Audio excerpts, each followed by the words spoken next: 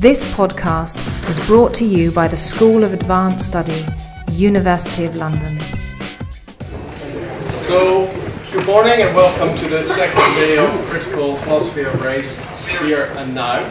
I'm delighted to be able to welcome you. I'm Barry Smith, I'm the Director of the Institute of Philosophy, and I wasn't able to join you yesterday, so I'm delighted to be able to be here today. And really to welcome all of you and to say how pleased we are at the Institute of Philosophy to be hosting this important and timely conference. And of course it's not just a conference, it's really the beginning of an initiative which is ably steered and led by Nathaniel, and we're very grateful to him for putting together this program, this conference, and raising a lot of interest and attention in it. So no more to say apart from a welcome to all our speakers, a welcome to all our participants, and I look forward to the second day. Over to you.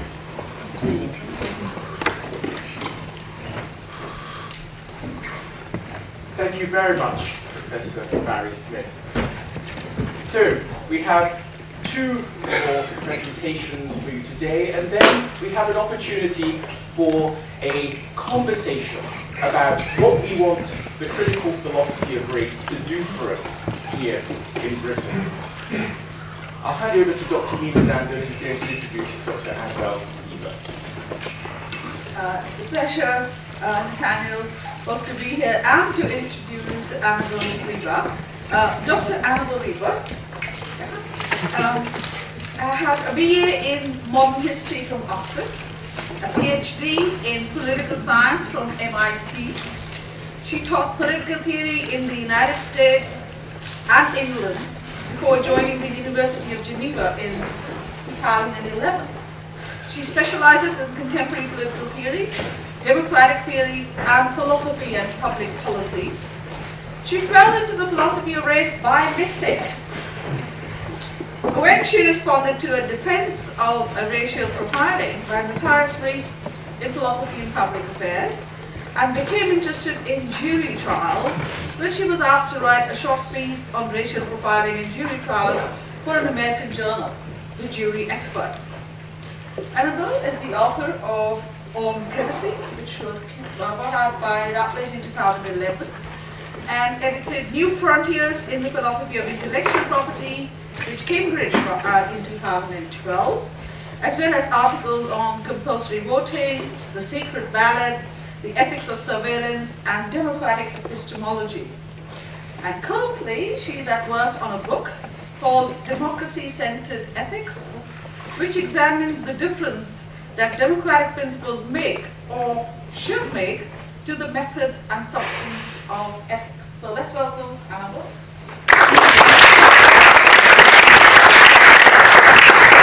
Oh, well, thank you very much. It's really wonderful to be here. Yesterday was so much fun, so I hope this won't be too much of a disappointment. And thank you very much, Nathaniel, for organising it. It's really been wonderful. Okay. Sorry, I'm actually going to read.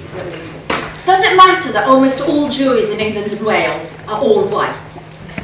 Does it matter, even if this result is the unintended and undesired result of otherwise acceptable ways of choosing juries? Finally, does it matter that almost all juries are all white if this has no adverse effect on the treatment of non-white defendants and victims of crime? These questions arise unavoidably from Cheryl Thomas's research for the Department of Justice on juries in England and Wales. This consists in two big studies. The first, from 2007, is called Diversity and Fairness in the Jury System. And the second, from 2010, is called Are Juries Fair?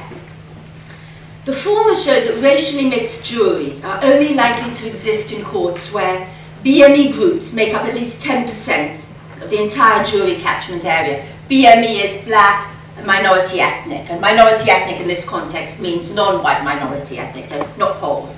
So it shows that you need at least 10% minority groups in the jury catchment area overall in order to get one BME juror. And so, well, 79% of the Crown Courts in England and Wales don't meet this criteria. So in her 2010 study, Thomas used experiments with jurors to investigate whether all white juries are likely to be unfair to BME defendants or victims of crime. And the answer she established is no. Now, I understand that simulations aren't the same thing as real-life cases. Nonetheless, it seems to me her work raises very forcefully the question, does it matter if juries are all white, if this has no impact on the protection of BME defendants and victims of crime? Now, according to Thomas, there's no injustice in a system of jury selection which predictably results in juries with no minority members, so long as the result isn't deliberate and doesn't adversely affect the treatment of minorities. Her findings show that there's no significant underrepresentation of BME groups among those summoned for jury service, and a survey conducted for her project found that BME and white respondents were equally willing to do so. They were both also highly supportive of the jury system. So the main factor affecting disparities in jury service, she found, was the high residential mobility of BME groups. According to Thomas then, while current methods of jury selection in England and Wales raise worries about the appearance of justice, it's not unjust, she thinks, to continue to select juries in the way we currently do. Only 20 Crown Courts in England and Wales have a BME population of 10% or more. And of these, 12 are found in London, where 45% of the non-white population live. So Thomas thinks we should just explain clearly why juries outside London are unlikely to have any BME members, even in areas with significant, often 25% minority populations in particular areas. So for example, in Nottingham, there's a bit of Nottingham that has a concentration of 25% BME members, but overall the catchment area is less than 10%, and so you'll have all white juries. She thinks this is fine and dandy. We should just tell them, well, this is why it happens, please don't worry. But my view is different. In and of itself, I believe, there's something wrong with the system of jury selection that predictably results in all white juries in a diverse society such as our own. Absent reason to believe that we lack a better alternative to current methods of jury selection, a commitment to democratic government and to the equality of citizens, or so I'll argue, condemns existing arrangements as unjust, whether or not they have adverse effects on jury deliberation, or on the way our society approaches issues of race and crime. So I just think it's intrinsically unjust, given that we live in a diverse society, whether or not it has bad effects as well. However, epistemological arguments for descriptive representation in our legislatures suggest that the quality of deliberation and decision-making by all white juries is likely to be inferior to that made by mixed juries, all else equal. Moreover, the absence of minority members on juries likely reinforces racist ways of talking about crime outside the courtroom. Though Thomas's study suggested that jurors made great efforts to be fair to those they suspect of suffering from discrimination. But unfortunately, in Thomas's simulations, all these all-white juries are trying desperately to be fair. That's pretty obvious. But the result is they're twice as likely to convict white defendants for exactly the same offence as black ones. So what you would basically get is unfairness of a completely different sort. Consequently, while I'll argue that racial justice and democratic principle require us to reform the way we select juries in England and Wales, the deliberative advantages of racially mixed juries may not appear immediately, and may depend on the confidence with which jurors feel able to discuss fraught issues of race and crime. And I think we shouldn't be overly optimistic about that. So to start with, I'll present an outline of Thomas's findings and of the methodology which he used. I'll then explain why democratic principles make the underrepresentation of minorities problematic. And then I'll look at arguments about about epistemology. But the main argument I want to make is that democratic equality requires more than procedural fairness when selecting bodies whose purpose is to set and enforce the rules which govern us all. Because procedural fairness isn't enough to remedy structural injustice. And that's a central argument I want to make. Okie doke. In England and Wales, unlike in America, it's illegal to film or study juries making decisions. So how can we open up the black box of jury deliberation in order to shed light on one of our most popular and well-known institutions.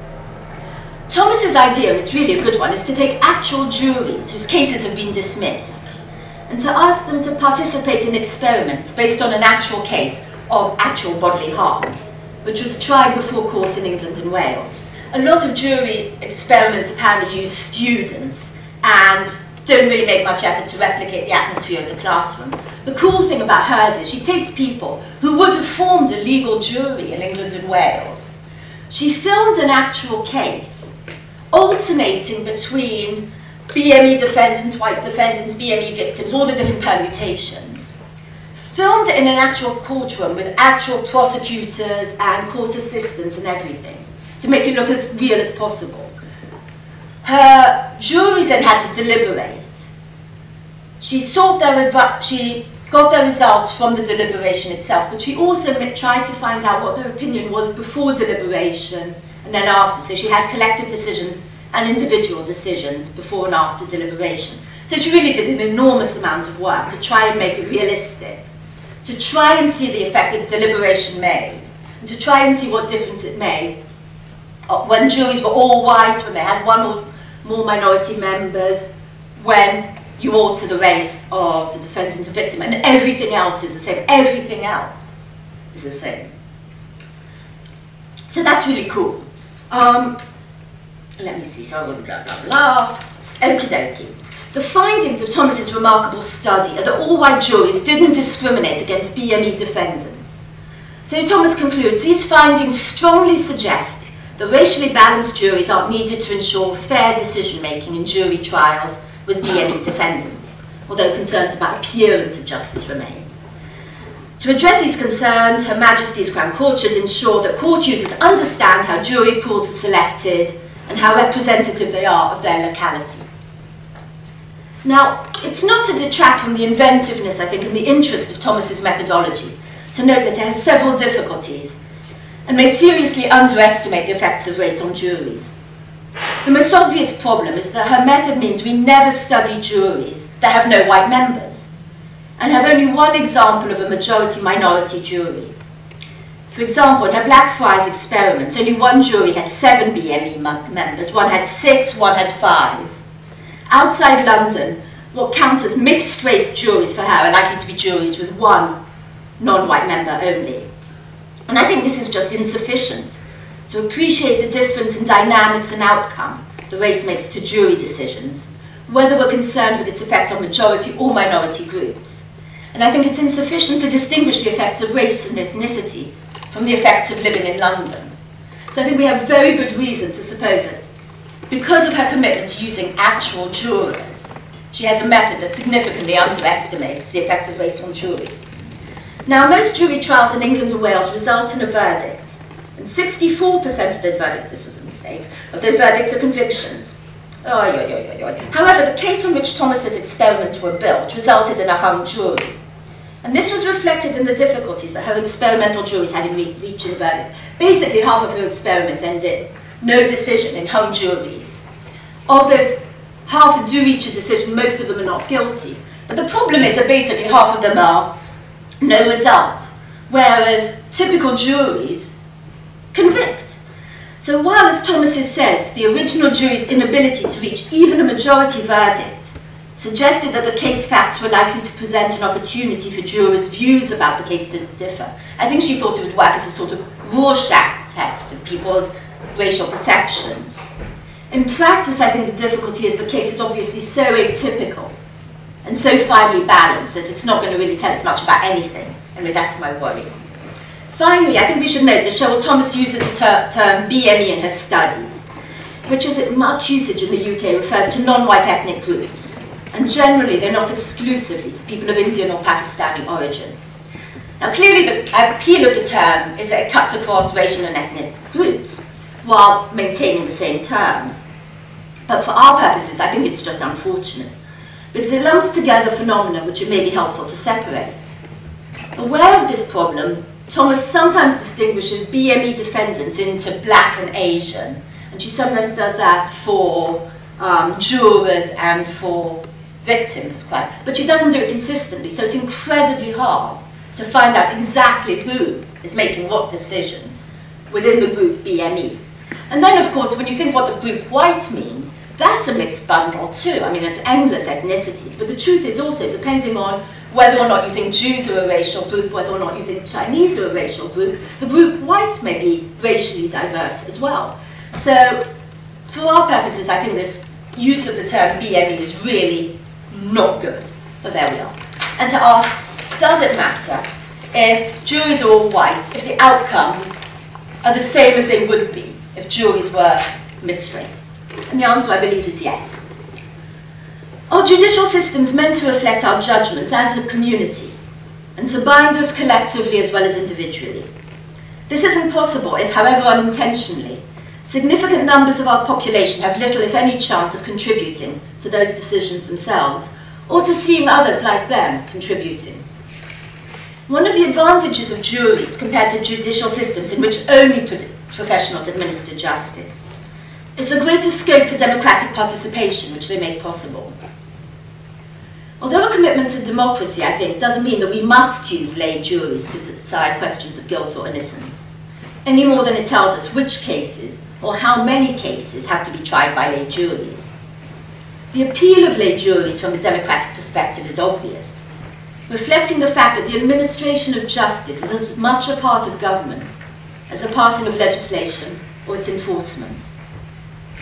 That's why I share Albert Zur's concern. He's this amazing professor in America, concerned about the decline in the use of jury trials in England and Wales, as well as in the US. We have, I think, at most 2% of all criminal trials are trial by jury nowadays. It used to be much higher.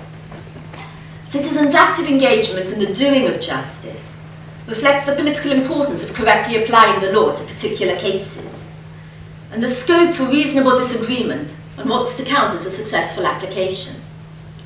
Moreover, deliberating together as equals on a task whose importance is evident affirms and reinforces the idea that ordinary people, with their familiar moral failings and limited but real capacities for virtue, can govern themselves and should be entitled to do so. Given the complexities of modern life, we get few opportunities to see the effects of our civic engagement on others. Nor do we have many opportunities to deliberate with strangers as equals. So while I doubt that democratic principles mean that lay juries are necessary for justice, they provide an appealingly democratic response to the inescapably political aspects of justice, and an appealingly deliberative and conscientious form of civic engagement in which all can participate.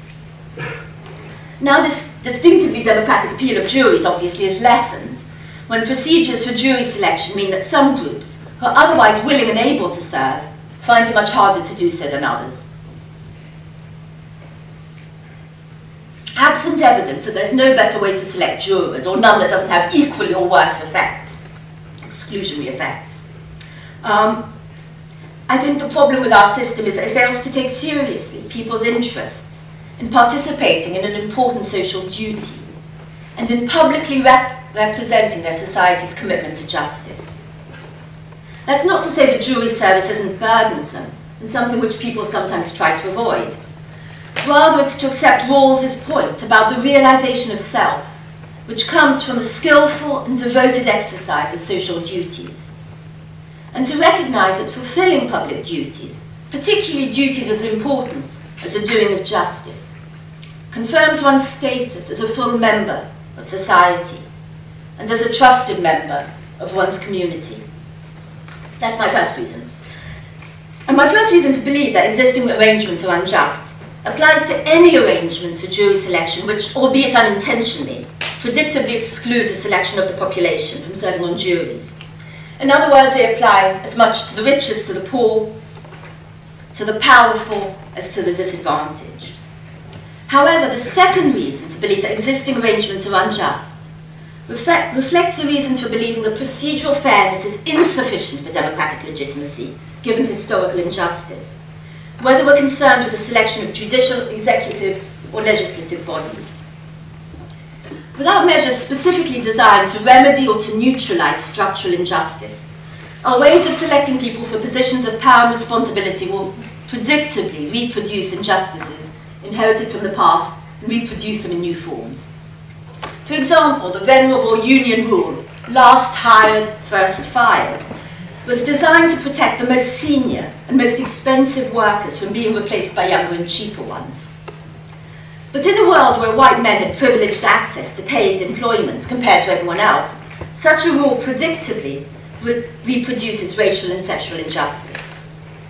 Likewise, apparently fair procedures for selecting legislatures, competitive elections under universal suffrage, predictably leads to legislatures dominated by wealthy, white, middle-aged men, as we all know, unless efforts are made to give women and racial minorities a chance of contesting safe seats, and therefore being treated as central rather than peripheral members of political parties.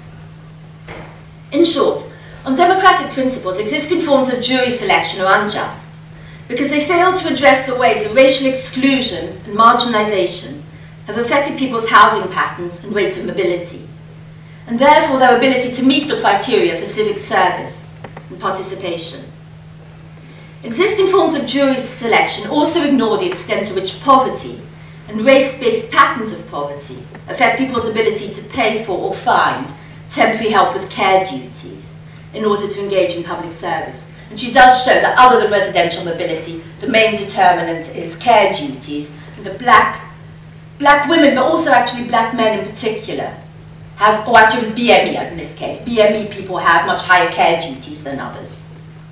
Now, it's an important feature of democratic juries that employers must release employees for jury service, and that some small daily stipend is paid to serving jurors, as these enable ordinary people to fulfill a civic duty that might otherwise be impossible.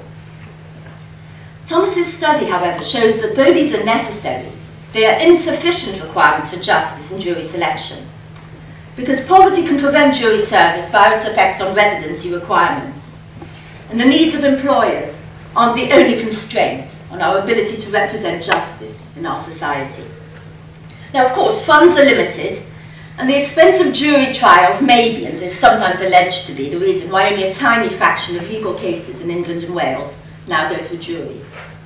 Still, it's not unreasonable to believe that as a society we should set aside some money to help those with dependent relatives who would otherwise be able to act as jurors if they had the money. Some people, presumably with dependent relatives, can't do it because imagine if their relative has Alzheimer's, you're not replaceable. It would just cause too much panic. But clearly not all of these cases are like that, and some of them could be helped if there were money for care. You take the point. Nor is it unreasonable, I think, to reconsider the use of electoral rolls in the selection of jurors if the consequence of this method is that those who move within a city or within different parts of the country find themselves excluded from jury service. Above all, it looks as though we may need to consider the way districts are drawn for the purposes of jury selection, and may need to use things like oversampling techniques. Those of you who are good at stats will know this, in order to get a representative jury. I mean, we do it in all sorts of advertising, studies and other things. You oversample, all these snazzy techniques my friends use. I just think we ought to use it in jury selection too. And I think the point of that is to ensure that juries adequately reflect the judicial capacities of our citizens and their interest in developing and exercising those capacities. Okay, we've just looked at two reasons for thinking that existing forms of jury selection are unjust, even if racially mixed juries are not necessary to improve the quality of jury decisions in England and Wales. However, we have good theoretical reasons to believe that all else equal, mixed-race juries will improve the quality of jury decisions in societies such as our own, which are diverse.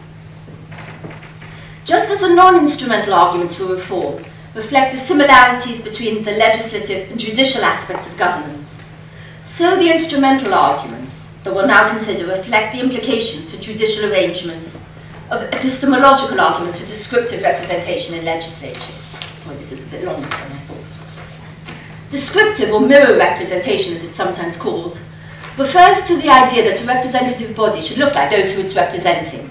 So roughly, if 50% of the population are women, then the representative body should have roughly 50% women. 25% farmers, if there are 25% farmers in the population, and so on. You don't have to be obsessive about the number, but that's a general idea. I think you'll have noticed most of our major institutions are not representative in this way, whatever their other virtues. And women, racial and ethnic minorities, as well as members from low-income groups, have little presence in the decision-making bodies of most democracies, including our own. Two main reasons to be concerned about this are commonly offered.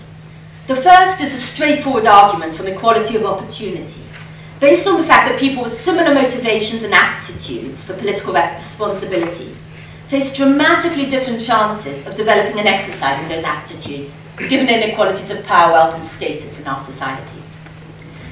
The second main reason to be concerned with the lack of descriptive representation we can call the epistemological argument for descriptive representation. That argument is based on the thought that the social and political cleavages in our society, kind of cleavages reflecting hierarchies of power, authority, status, and wealth, have consequences for the lives that people lead, and consequently for the ways they see and understand the world.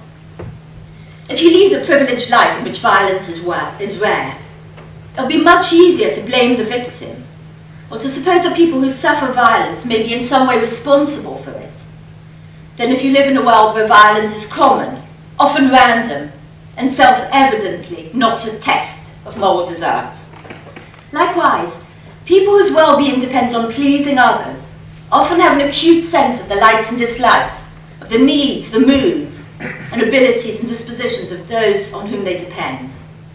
Whereas those who have others to take care of them are often completely unaware of relevant features of their carers, and half the time are unaware of their existence at all. Things just miraculously appear. Oh, isn't it nice? They didn't realise actually people are scurrying around to make their love nice.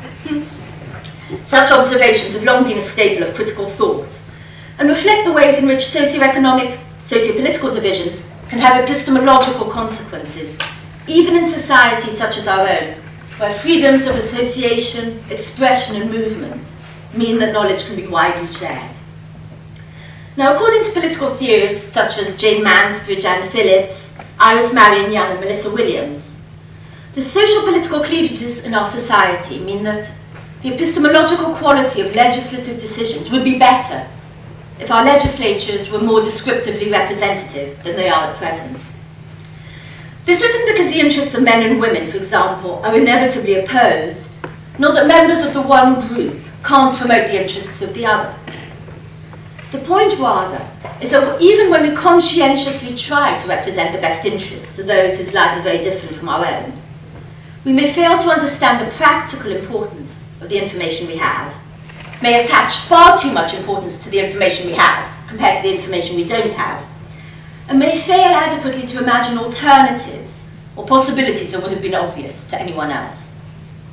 In short, epistemological arguments for measures that would diversify our legislative bodies, measures such as proportional representation, the prioritization of underrepresented groups in the selection of safe seats, support for candidates, you can imagine it.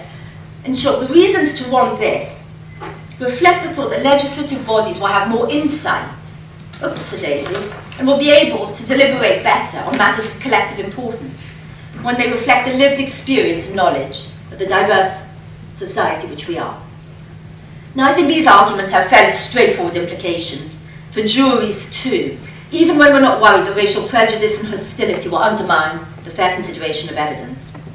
Indeed, I'd be inclined to suppose that all white juries are undesirable for epistemological reasons, even in cases that only concern white people, and where we wouldn't expect racial prejudice to be a factor.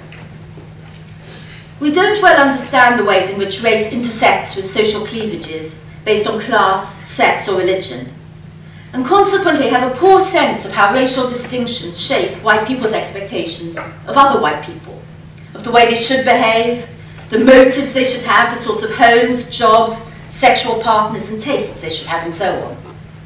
Put crudely, the legacy of white superiority may mean that some people appear more white than others, even when they fall on the white side of our colour hierarchies. So white people can disadvantage other white people because of the assumptions about white people that they unconsciously hold, just as black people may disadvantage other black people because they're thought not to be black in the right way or to the right degree, and so on. A racially mixed jury, I think, is much more likely to pick up on these problems than one that's either all white or all black. So I'm going to just, in the interest of time, cut that and assume that you can see the point. We're generally better at spotting other people's errors than our own. So, these epistemological arguments for racially mixed juries don't imply that injustice to defendants inevitably follows from juries that are made up of only one racial group, any more than they imply that legislatures, which are disproportionately composed of wealthy middle-aged white men, don't pass important measures which benefit other people. The point, rather, is that they increase the chance of unfairness in legislative and judicial outcomes, because they increase the chance that deliberation will fail to pick up on things to which we ought to attend. Now, I think there are lots of different paths by which groups make decisions, and in general, it's very, very difficult, I think, to show that changing the composition of a group will affect the outcome. It's much harder than we think, normally because there are lots of ways we could have arrived at the decisions we do. So I'm not going to yak on about that. If you want to ask, we can talk about it. The arguments I've made thus far give us reasons of justice and prudence to favour descriptively representative juries over others, all else equal. But these are arguments that would apply whether we're concerned with juries that are 80% men rather than 80% white. That's not so for my final reason for believing that justice requires us to revise existing forms of jury selection, because this reason is intimately connected to problems of racial inequality in our society, and to the ways in which our experiences of crime and justice help to shape and give content to those inequalities. I'm not a sociologist, so this may be wrong. You can correct me. But whatever may once have been the case, the police and the criminal justice system, I believe, are now the primary way in which racialized disadvantages are justified and reproduced in our society. It would be too sanguine to say that employment or housing discrimination are things of the past. But it's clear that formally, and even informally, the idea that some jobs can only be held by people with a certain skin colour or morphology no longer determines people's life chances in the ways that it once did. Perhaps more strikingly, within the professions, efforts to break down hierarchies of privilege in recruitment and promotion are helping to challenge the idea that prestigious jobs ought to be the preserve of those who look white. By contrast, it's increasingly through their experiences of the police and the criminal justice system that young men are coming to see themselves as members of a disadvantaged, racialized group, for example, as targets of police stop and search tactics, and to feel the consequences of policing and of law enforcement on their educational, occupational, and residential opportunities. It's pretty obvious. Spend too much time around police, it's going to affect your education, it's going to affect your job prospects, and it probably affects the sort of way you live and what you're going to do. So I think the consequences, even if you don't actually go to jail, are bad, and once you go to jail, it's horrible. Put simply, even when educational and employment opportunities for young black men are improving in ways that might dissolve the association of skin colour with poverty and disadvantage, the consequence of our practices of policing and law enforcement work in the opposite direction. Now, if I'm right in thinking that it's through the criminal justice system now more than anything else that skin colour and morphology are given an oppressive socio-political meaning, the avoidable absence of members of racialized individuals from juries becomes especially grave. Their absence reinforces the association of black people with crime, which underpins racialized practices of policing and security. So it creates, I think, a vicious circle. Now, clearly more inclusive juries are at best only one part of the many different measures necessary to unpick the complexities of racialized hierarchy in our society. Still, if racially and ethnically mixed juries were a regular part of our lives, rather than a relatively rare exception, we might expect this to have positive effects on the way cases are treated by professional investigators and by the police. More generally, if the face of justice were less uniformly white, it might help to counteract confused, prejudiced, and mistaken perceptions about the propriety of taking the behaviour of a relatively small number of young, violent people as a guide to the conduct of everyone else. You've got to understand, most of the people who are violent in our society live between the ages of 18 and 24.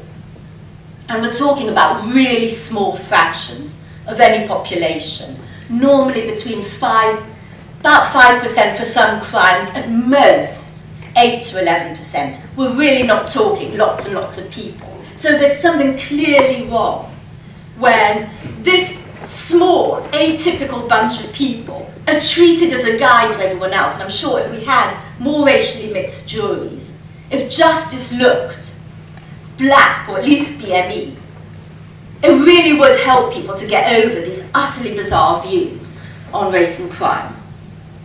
Were it common for people to live and work together in less racially segregated ways, such lessons might be unnecessary. But outside London, this may still be very rare.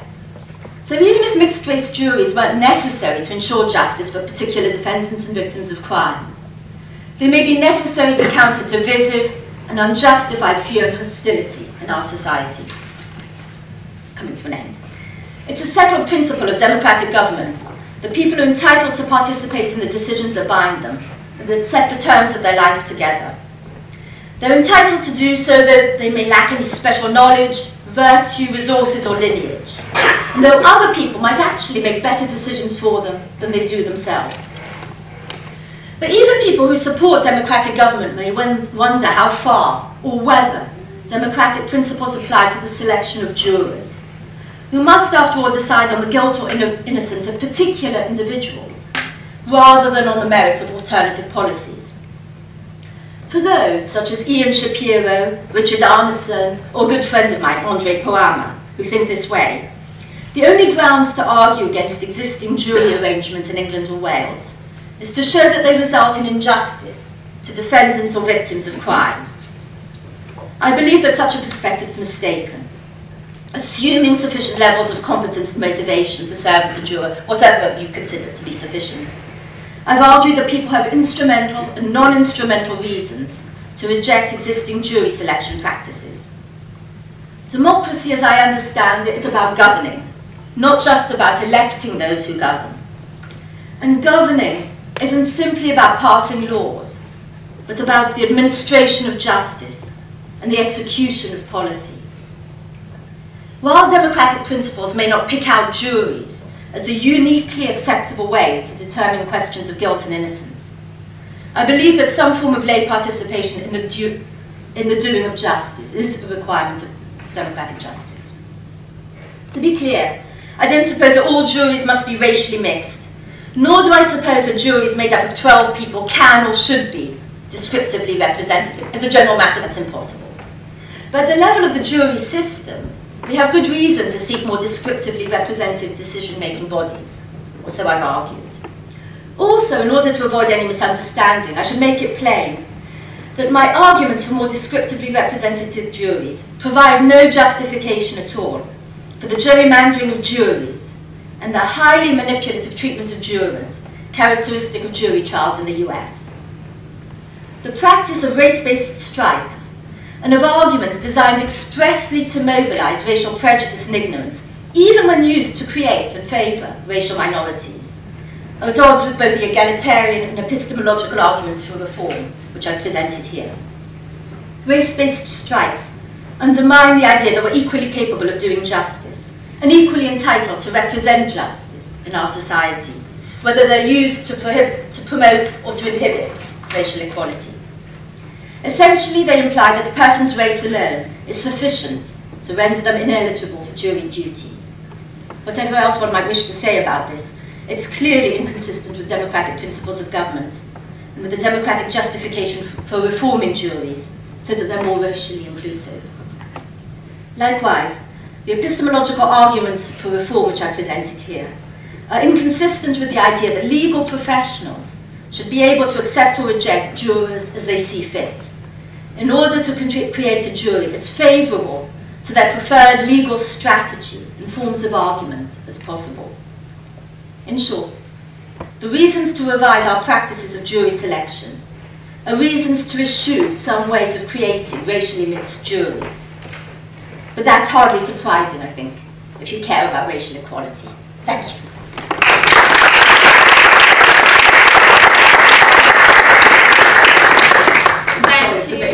Thank you, Annabelle. You just absolutely good time. We've got just over 30 minutes for discussion, and so when we're coming to 10:15, I will have to ask whoever is the last person to ask the question to I'm so sorry.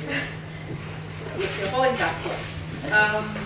Can I just, as a matter of interest, because we're talking about jury trials, ask a question? How many of us here have served in a jury?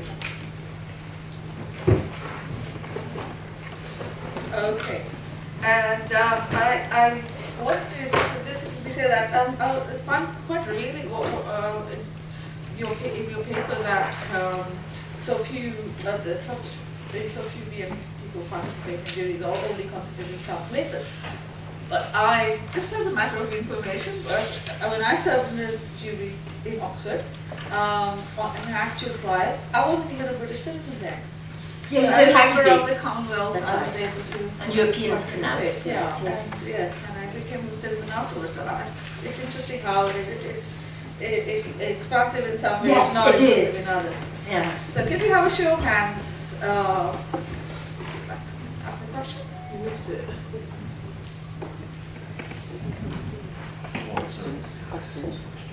Who's so the jury? No. Do you want questions? Or was it so? Raise your hands if you have a question. 1, 2, 3. We'll take 3 first, please. I'm Andy Grigg from an organisation called Race on the Agenda. I'm 60 years old. I've served on 3 juries, so I'm living proof of the over-representation of white middle-class men in the system, and indeed can attest at least 3 times to the total unrepresentative nature of juries in both St Albans and London. So And St Albans, surprise. Yeah, no, twice in London and once in St Albans, but actually all of them were pretty much white juries. And I have to say, I am amazed and appalled, and I just don't believe this Thomas stuff, whoever she or he may be. It seems utterly bizarre and totally contradicts all of my experience on juries, which is that it's great to meet with people in the flesh, but it's bloody frightening as well. I mean, some of the views that are expressed as a default make your hair stand on end, and that has been my experience at least 3 times. Now, I know none of that is statistically significant. But anyway, so just an observation on juries. One of the things that I'm really interested in throughout this conference is the whole notion of the work that we as white people need to do. One of the things I think that is much more advanced in America, for possibly some bad reasons as well as some good ones, is the analysis of what is called white privilege. And I don't think we've even started thinking about that over here. The way in which I can just presume as a white person that if I get into trouble with the law, there will be a white jury. That's white privilege. And I think we really need to get to grips with that. But I also do agree with you that there's a sense in which the racialization of hierarchies actually means that the people who are subordinate to me as a white middle, they're not actually, but they're made to look as though they are, actually understand me much better than I understand them. There is this kind of dual notion that actually, black people have to understand me when I meet them in the street. They have to see what I'm dressing on. I don't have to make those kinds of thoughts in my head. I just get on with it because I don't feel threatened, and there's no reason why I need to by the forces of the state and so forth.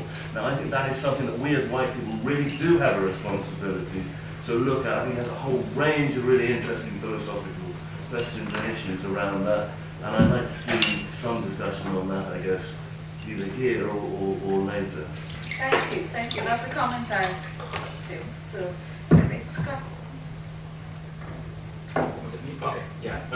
So that was really great. I was wondering about this. Introduce yourself. Oh, sorry. Oh, I'm Hans Liebmarschen, lecturer at UCL Philosophy Department.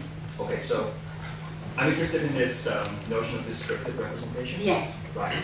So I fall into a lot of categories, right? So I'm white and colorblind and left-handed, right? So you have all these juries, and if you do the research, it seems that you might find that there's not the percentage of people who are left-handed is not the same in the wider population. Okay, so you might think that that's less bad than if there's an underrepresentation of people who are poor, something like that. Okay, so is the thought that so would it be fair to say that for the purposes of the paper you gave, it's kind of assumed that racial groups are a relevant category rather than an irrelevant one for the purpose of this? Yeah. Right, okay, so it seems that as an assumption might be very appropriate, right? But you would need an additional story. Is that true? I think, in addition to this paper, to say, well, I mean, the question we started with is it bad or is it problematic that specifically racial groups are underrepresented? And it seems that we need, in addition to the arguments we've just been given, a story about it. Yeah, I understand the question, don't worry, that's fine. That's perfectly fair. Okie dokie, what's... Well, you didn't let him finish his sentence. No, story about. Yeah, no, I was around now, sorry.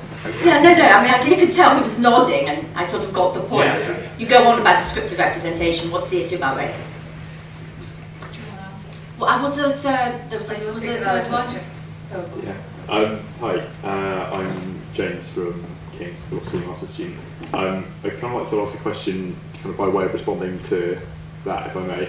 I think that goes quite nicely back to what Honora started yesterday with, talking about protected characteristics, I believe that was that.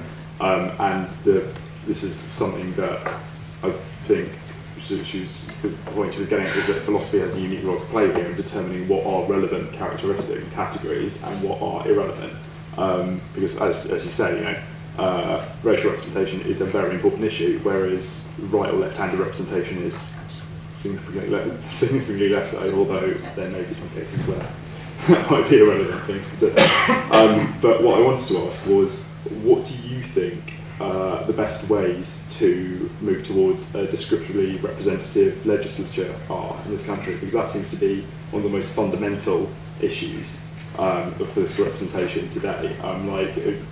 Do you think a proportionally representative electoral system, or all women shortlists, for example, or changing the size of constituencies? I just want to get your thoughts on that. Brilliant, thanks. The first thing about the juries and the quality of deliberation, I really share that. I mean, I still remember the jury I was on. I was really upset about the case because there were two charges. One was for cocaine and one was for pot. The cocaine one was based on a mistake in the lab, so they never even bothered to prosecute it. But it was still on the charge list. So this guy had been spending the best part of a year, and he also suffered from mental illness, worrying about what was a really serious charge. And then most of the members of my jury were persuaded. We all came to the decision of not guilty because we didn't believe the police could have seen what they claimed to have seen at the distance. They must have had X-ray eyes. But they all, despite insisting that the police couldn't have seen what they saw, were all positive that the guy must have done it because Notting Hill was a druggy area. I have to tell you, I mean, I'm really, pretty keen on democratic principles, but there are moments where you take what has to be said, a very large gulp. And the truth is, Cheryl Thomas's findings are very, very frightening. So what came out, this 2010 report was published, maybe you remember in the press, there were all sorts of headlines, all white juries fair. This is why it caught my attention, because I thought, gosh, how would you know? How very interesting, how did she know?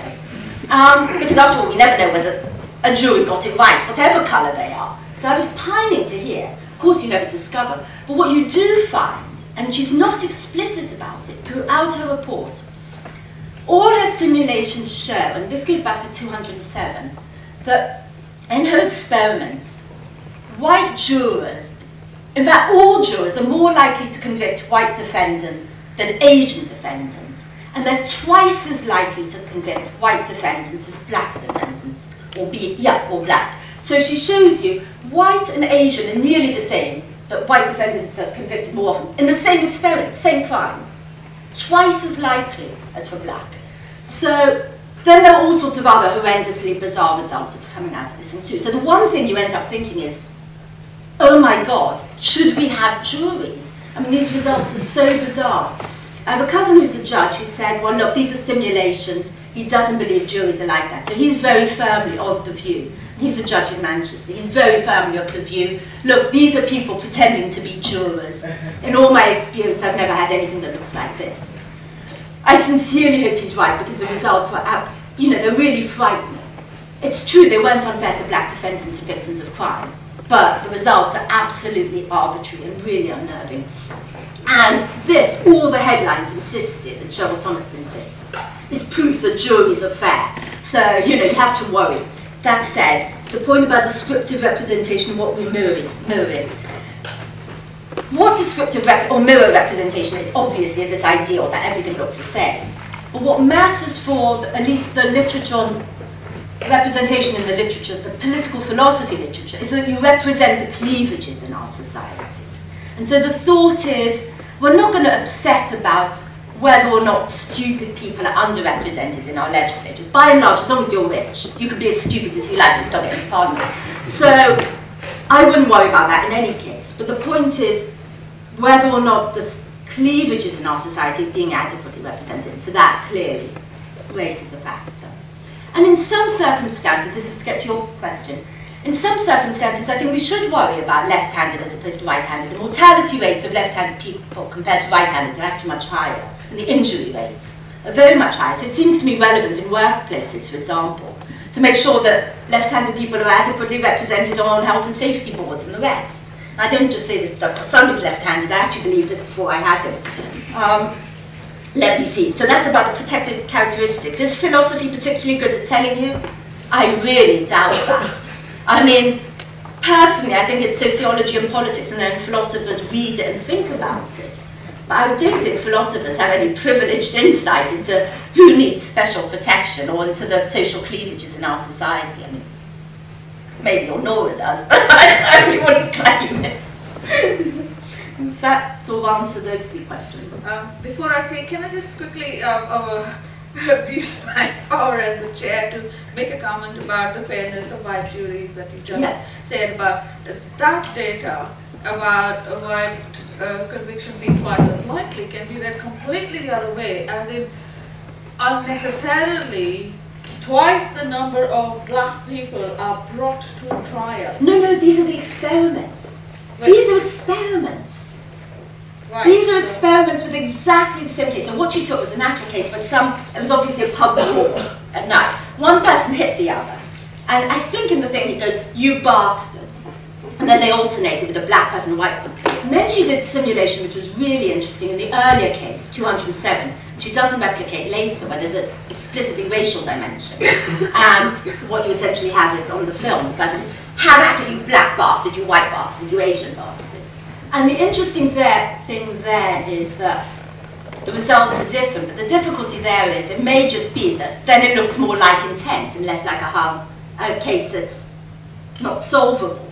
So it's still not picking up exactly what you need to know about these cases. Okay, thank you. Can you take?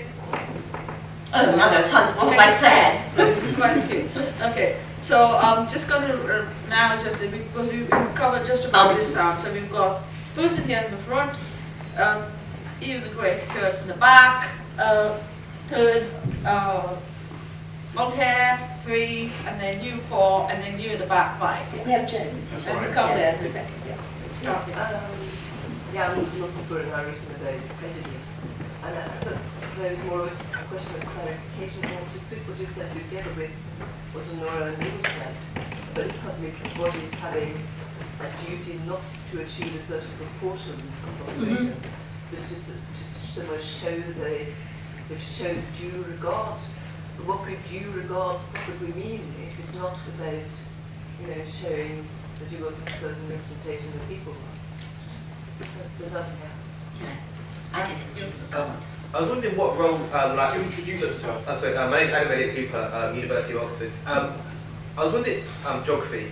I was wondering what role do you think the racialisation of crime perhaps has on this? Because we live in a kind of a justice system where in which if you try to sell a gun in Tottenham, then you'll probably get arrested by the police. But if you sell F-16 to Saudi Arabia, you'll probably get OBE. And so the way in which therefore Notting Hill, when black people used to live there, was a druggy area. But now I'm sure there's a lot of people at Notting Hill who take drugs, but it's not a druggy area no more. And so I'm just wondering what role that plays in us understanding the. Okay. Hi, I'm Liz from UCL. Yeah. My question was really kind of a simple yes or no, I think. Were the people that were in Thomas's study, the proposed jurors, told beforehand that it was specifically about race, and how may this have affected? Hi, I'm Shan. I study philosophy at Berkeley. Earlier you raised the point saying that one of the reasons for a more equal jury was this idea of Rawlsian equality or something, where fulfilling oneself through participation might be good. But later you also pointed that there are very good historical and social reasons, other reasons. So I was just wondering if that Rawlsian idea might be worth dropping, because it puts somebody in a position where, oh, you're gonna fulfill yourself if you participate in jury or something. Good, thank you. That's nice. Hi, I'm Omar. I'm speaking later, and I was going to talk a bit about mere representation, so I might drop that bit of my speech. But one of the things that I think is relevant in terms of the evidence around race and representation was in Melissa Williams' piece about the case of Carol Moseley Brown, who was the only African-American senator. And the American Senate was going to award the Daughters of the Confederacy with the highest sort of achievement that the American state recognized. And these are daughters who sort of affirm the moral sort of righteousness of the Confederate cause.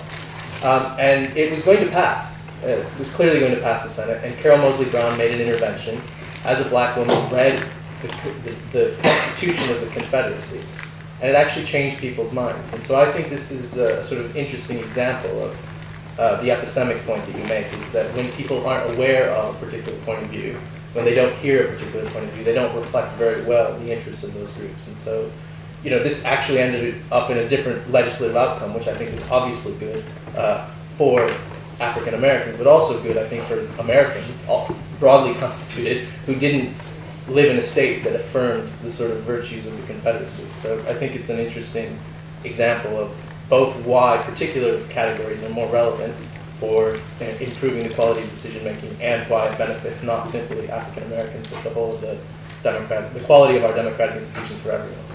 Right, thank you. Go one question. Due regard. Yeah, I mean, who the hell knows what due regard means? And I suppose part of it must be that due regard is going to require different things depending on the seriousness of the decision. I mean, I imagine that maybe I'm wrong, but if you're talking about a fairly straightforward decision, we're going to give, we've got a pot of £1,000 to give to local voluntary associations to do things. Or maybe due regard means checking that you've got some minority people on the group and that the criteria. But you're not going to spend ages agonizing over your pot. On the other hand, I imagine if you've got something quite serious, which is going to be moving residents around, where we place the road, where we place the school, something like that, maybe due regard means actually spending a lot of time and money making sure that residents, associations can participate, or issues of policing. So I would have thought that that was a category that needed to be fleshed out in terms of the demands of particular decisions and its consequences for the lives of people, and isn't going to be a flat standard. Does that help at all? Yeah, but do you think in terms of, let's say employing someone in a philosophy department, does it make sense? I suppose I'm wondering, the larger use of collecting all those data, ethnicity, etc., collected all the time, but what actually happens with it? Does it achieve more equality? So to say that is there ever a check on? Well, sometimes it does. I mean, after all, I don't know about you, but I was genuinely shocked to realise that 98% of our juries were all white. I simply didn't know that. I also didn't realise we had almost no jury trials in England.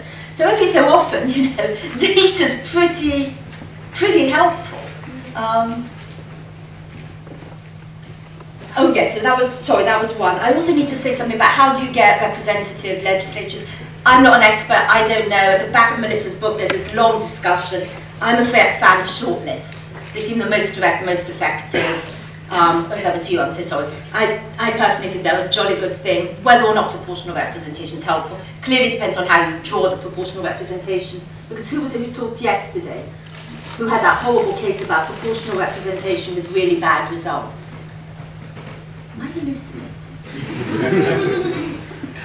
it'll come to me, sorry. Okie dokie. Anyway, racialization of crime. Yeah, crime is racialized. I'm not really sure that it changes much in my argument. I mean, the fact this is the background to the argument. So yes, we sort of say it's there. It's been there a long time. I don't know if it's getting any worse, but what worried me, and maybe sociologically I'm wrong on this, was just the sense that this is playing a bigger role in the association of race with poverty and disadvantage than it used to do. I mean, my sense is, maybe I'm wrong, that in the 1950s, residential segregation and employment segregation would have been much more important factors in explaining black poverty than policing and the judicial system. Whereas my sense is that possibly not likely anymore. That what tells young black men that they're black and being black is not a good thing is much more likely to be their experiences with the police and the judicial system than even in schools or with employers or with housing. Perhaps I'm wrong, but that was just my sense. That this is often, and that's why people get so upset about it, that this is often the first time where people suddenly are made to feel, I'm being mistreated because I'm a young black man. So a lot of the schools, you just don't have that anymore. Or it's not as transparent. And your streets, I mean, you know, London especially, it's fairly mixed. But this is the point where it suddenly hits you in the face unmistakably, that you are young and black and suspicious. And so that was my sense, that actually this now has a role in illustrating and cementing disadvantage that it didn't have in the past. Anyway, passable. What did CT tell jurors about the purpose of her study? Do you know, I thought about this 2 days ago. I have to go and check it because I had a very small baggage allowance and I couldn't bring the bloody thing with me because I had to carry all sorts of exams. I have a feeling that she didn't tell them. But I don't know, and I've got to check. Her presentation of her stuff, I hope she's not here, is oh, I'm being filmed. Yes.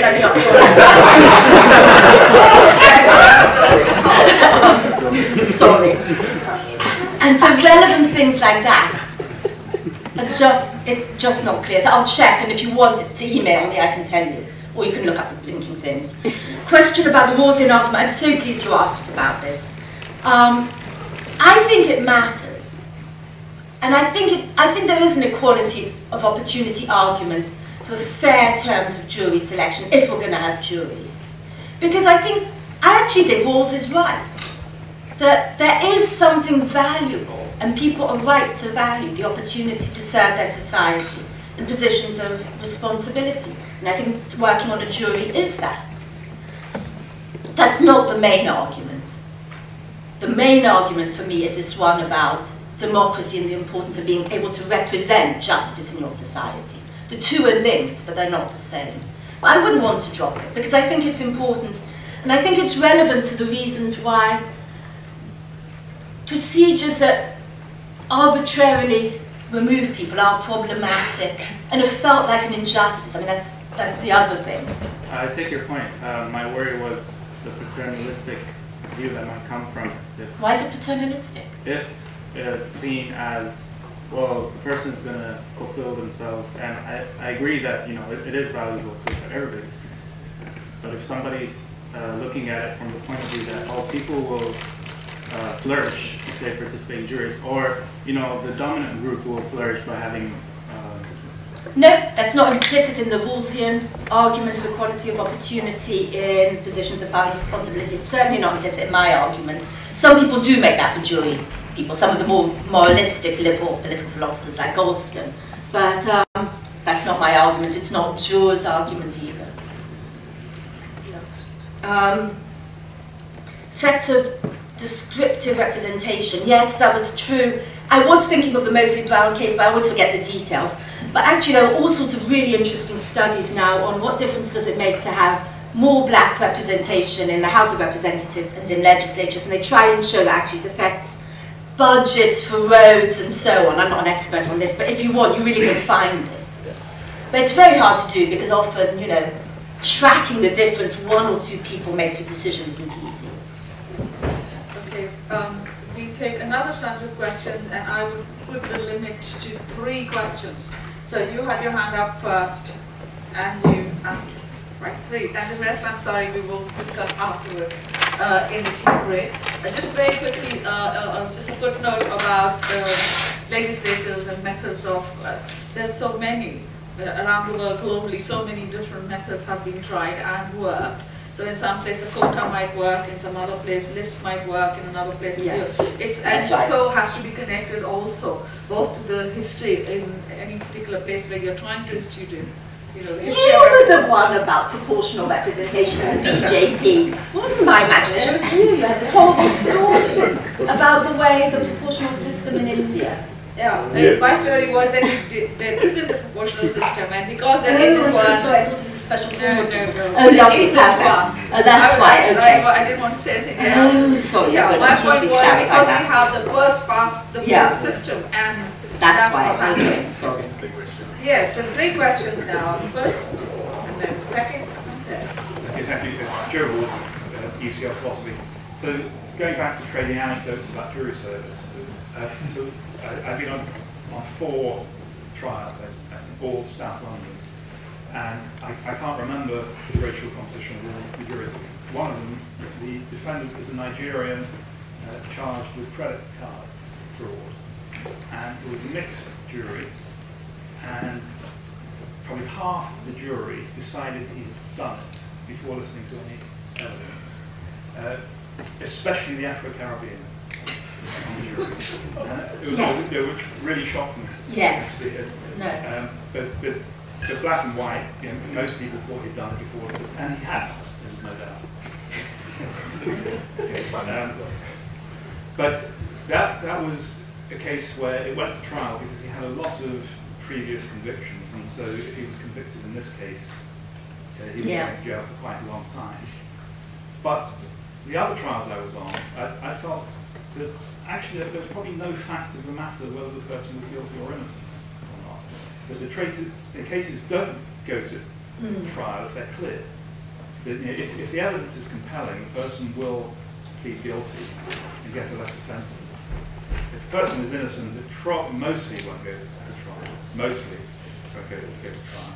So you have these grey areas, which were actually very unclear. So 2 of the cases, it really depended on what was in someone's head when they were making a phone call. Yes, these are very difficult. And they probably didn't know what was in their head when they were making a phone call. So it was almost like we, the jury, were making up whether this was guilty or innocent, rather than independently tracking something.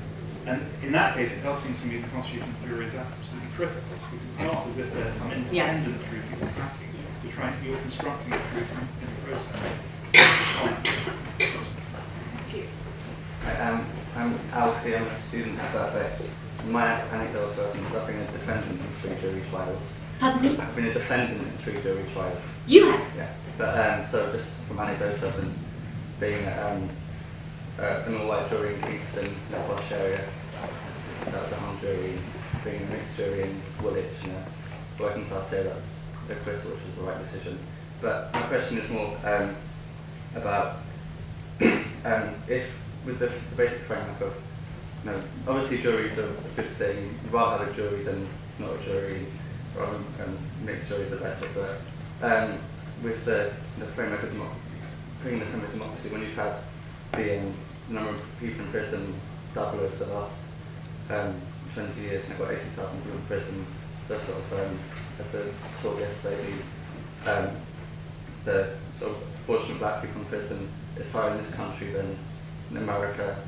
If it's the question of the prison industrial complex and racist criminal justice system, it's all this discussion about sort of the democratic framework for thinking about juries needs to have a lot more critical for a discussion of it. I think it's not sufficient to this. Yeah, you mentioned that very few of the trials, James Watson from UCL Philosophy, you mentioned that very few of the trials in England are actually decided by juries. So I was wondering, in a way, isn't there a bigger project here to think about, about the vastly larger number of trials that are decided by magistrates, and because you usually have at most 3 magistrates sitting on a case, I thought it's extraordinarily unlikely that you're going to have at least one BMA member of the of the bench deciding the case. If it turned out to be unlikely in the case of the 12-person jury, and whether what your account of representativeness would say about that, whether one should have at least one DME person on each bench, or whether you think it would be okay if it was sort of 1 in 10. So. Oh, brilliant. I've got about 2 minutes. Okie dokie. Race and ethnicity and the problem of that's a problem of the BME thing that completely fails to pick up the relevant fact that there may be ethnic differences amongst people who count as black. And you're not going to be able to track them, and they may be very relevant, they may even have been relevant to our bloody experiments. So that's the first thing. The other thing to note is that black people, according to Cheryl Thomas, it's actually quite interesting, from her study of actual juries, black people are particularly likely to ask for a jury trial. And so they're particularly likely to go to a jury trial because they have a lot more faith in juries than in anything else. And it seems to be borne out by people's behaviour. I completely take your point about reasonable disagreement, the issue of intention. These seem to me to make democratic participation especially important. So I'm pleased you agree with me. That's what I take what you said. Jury versus no jury in prisons. I don't want to say that no juries are unacceptable, that all countries that don't have a jury system are. Because actually when I presented this paper in Switzerland where they don't have juries, the first reaction to hearing about some of the findings, which I discussed in more detail, was, well, there you are, you really shouldn't have a jury, should you? People just make stupid decisions.